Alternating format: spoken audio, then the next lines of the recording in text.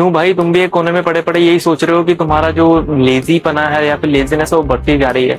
तुम किसी भी काम को सही से नहीं कर पाते हो, तुम बहुत ज्यादा थके थके रहते हो, कोई भी काम तुम सही नहीं होता है और तुम बीच में ही छोड़ के आ जाते हो उस काम को, और तुम्हें बहुत ही चिंता ये सताई जा रही है तुम कामयाब कैसे बनोगे।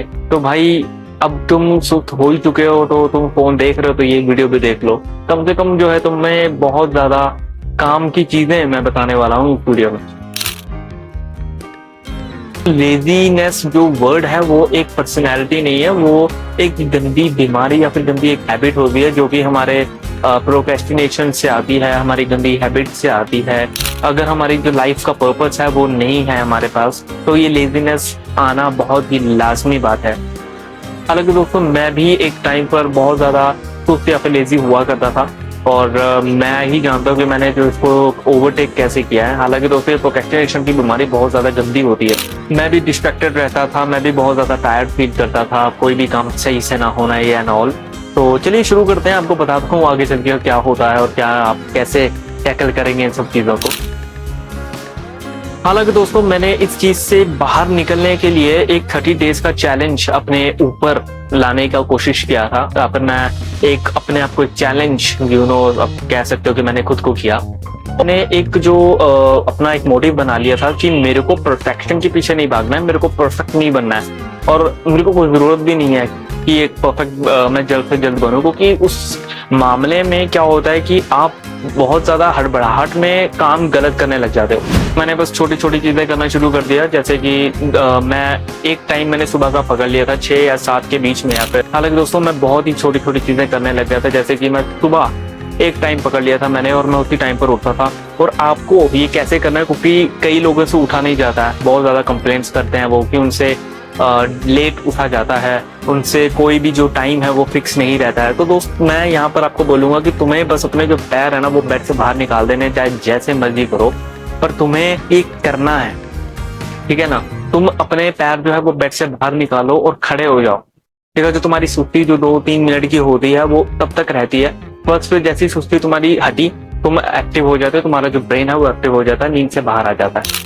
उसके बाद जो है 10 मिनट की मूवमेंट कर सकते हो, नॉर्मल जो भी है चलना फिरना तो भी है, से तुम्हारा जो ब्रेन है और एक्टिव हो जाएगा अपना फ्रेश होके। हाँ, पर ये है कि अपना फोन मत चलाना यार, और ये सब चीजें मत करना, क्योंकि फिर वो सारा जो है ना कबाड़ा हो जाता है। तुम फोन में रील स्क्रॉल करने लग जाते हो, तो भाई बहुत गंदी बीमारी है। तो इस चीज से बचना प्लीज, फोन मत चलाना, अपना फोन जो है वो स्विच ऑफ करके रख दो वहीं पे। उसके बाद तुम अपना जो एक पेज लेकर एक अपना जो है जर्नल लिख सकते हो कि तुम्हें आज के दिन में करना क्या है, आज के दिन में तुम्हें कितना काम करना है, कहाँ जाना है, कहाँ नहीं जाना है, वो मैं तुम पर छोड़ता हूँ। आप मेरे को पूछोगे ना कि मैंने कैसे चीजें हैंडल की हैं, तो ये जो 30 दिन का जो समय था ये मेरे को मालूम है कि मैं इसमें फेल भी हुआ हूँ। हालांकि दोस्तों 3-4 दिन तो मेरे को सेट होने में लग गए, और तो उसके बाद जो 14th डे हमारे पास आता है तो वहां पर मैं थोड़ा सा फेल हो रहा था, क्योंकि मेरे अंदर जो पेशेंस नहीं थी ये सब चीजों को डील करने में। हालांकि दोस्तों यहाँ पे डिसिप्लिन मैटर करता है, और मैंने एक चीज यहाँ से सीख ली थी कि जो डिसिप्लिन है वो ये नहीं कहता कि तुम्हें हर एक चीज सही करनी है। हालांकि दोस्तों जो डिसिप्लिन है वो ये होता है कि आपको चीजें क्विट नहीं करनी है, आपको मन हो या ना हो पर आपको वो चीजें करते रहना है जो आपको गोल्स की तरफ लेकर जाएगी। तो हमारे अंदर जो रिजल्ट्स हैं वो कैसे देखने को मिलेंगे, तो जो मेरे केस में था मैं काफी ज्यादा एक्टिव हो गया था। एक्टिव रहने के बाद मैं अपना जो सुबह एक एनर्जी लेके मैं उठने लग गया था सुबह, और हर रोज मतलब बिना थकान हुए मैं टायर्ड फील नहीं करता था, एक एनर्जी होती थी जब भी मैं सुबह उठता था, और काफी खुश रहता था। क्योंकि पहले मेरे को लिटरली मौत आती थी जब सुबह जल्दी उठने के बाद भी कोई कर देता था, तो ऐसा होता था। मैं खुद पर ट्रस्ट करने लग गया था बहुत ज्यादा।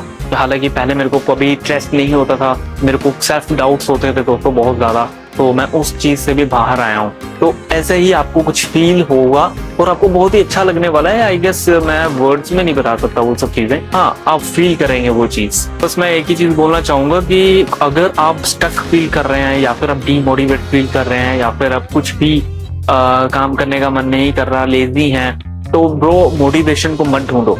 मोटिवेशन के पीछे नहीं भागना है हमें बस डिसिप्लिन के पीछे भागना है, हमें बस काम करना है। वो कहते हैं ना, हमें बस कर्म करते रहना है, बाकी का जो रिजल्ट आएगा नहीं आएगा वो बाद में देखेंगे, पर हमें पहले डिसिप्लिन में रह के काम करते जाना है।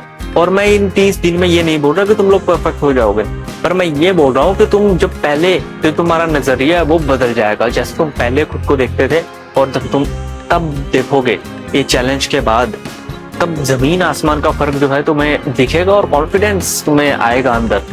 तो मैं चाहता हूँ कि तुम ये चैलेंज लो, और अगर तुम ये चैलेंज लेते हो तो कमेंट में लिखो कि I am in for this, ताकि मुझे भी तो पता चले यार जो मेरी ऑडियंस है वो कितनी ज्यादा मतलब दलेर है, मतलब काम करने के लिए एक्टिव है या नहीं। तो आई गेस आपको ये वीडियो अच्छी लगी होगी।